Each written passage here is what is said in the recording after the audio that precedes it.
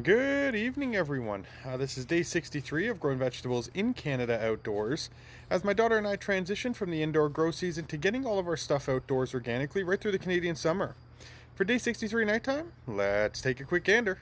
So over to our different sections in our garden where we have our peppers, our tomatoes, potatoes, right along. We'll show each and every part here. We do have our lonesome tomato plant. It was the last one of the bunch and we couldn't fit it in our tomato section, so we found a spot for it where it's doing great. Over to our pepper section where we have our quick fires. Right along into our Carolina Reapers, in which we have one back there, which is looking great. And then into our chilies, and all in front we have a bunch of great companions with peppers: marigolds, basils, petunias, asalums, and more marigolds. Over to our tomato section where we have a different variety of tomatoes and a few that are ready to go, in which my daughter is going to show us how to harvest a bunch of them. As you can see, there are a few there, and you just go on there and they just pop right off. And as you can see in her hand, beautiful red tomatoes, looking great. Over to our first cattle arch where we have some cantaloupes, where you can see some beautiful cantaloupes on the plant, and we are going to have to get this hammocked. It is growing day by day and I don't want it to break off the stem, so we are going to get that hammocked with a meshing. And right beside it we have our black diamond watermelons, where you can see, if I go right up top, this one is going to need to be hammocked too once it starts getting a little bit bigger, and a bunch more on the plant. Everything's coming along. Over to our celery section, we also have a red Valencia peanut back here that was hidden with our potatoes. You can see it's growing quite well in the middle.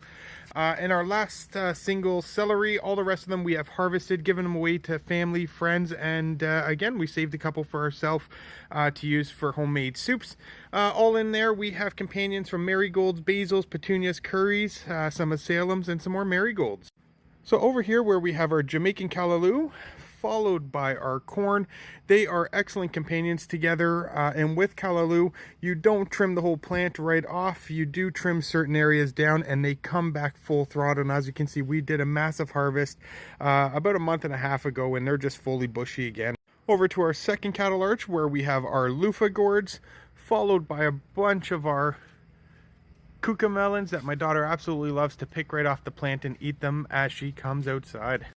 In the back we have some more cucamelons, followed by our cucumbers that are slowly winding down for the season. I can't believe that I said that, but it is true. It is coming down to the end for our cucumbers. And over to our last cattle arch where we have our pumpkins as well as our squashes on there doing well.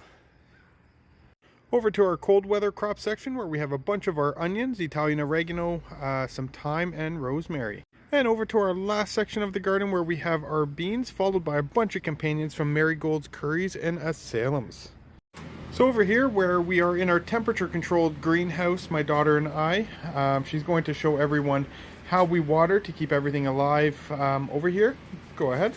And this all here because one So she's just going to give them a water, fill them right up, and bring them back to life.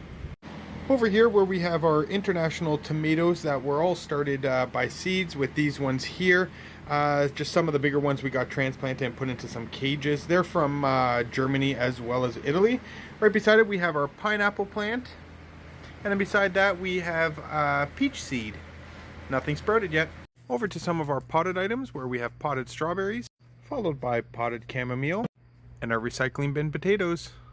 We also have a tomato plant here that was started indoors and harvested right through winter of last year. Brought it outdoors this year, and it has been fantastic with a second life and lots of tomatoes being harvested off this plant daily. So once again, everyone, thank you so much for tuning in for day 63 nighttime here in Canada. We really appreciate all the support. I know my daughter does as well. And if you haven't yet, check out our website at CanadianVeggies.com for 100% organic items from our garden, apparel, and some of the services that we currently offer. For day 63 nighttime, thanks for tuning in.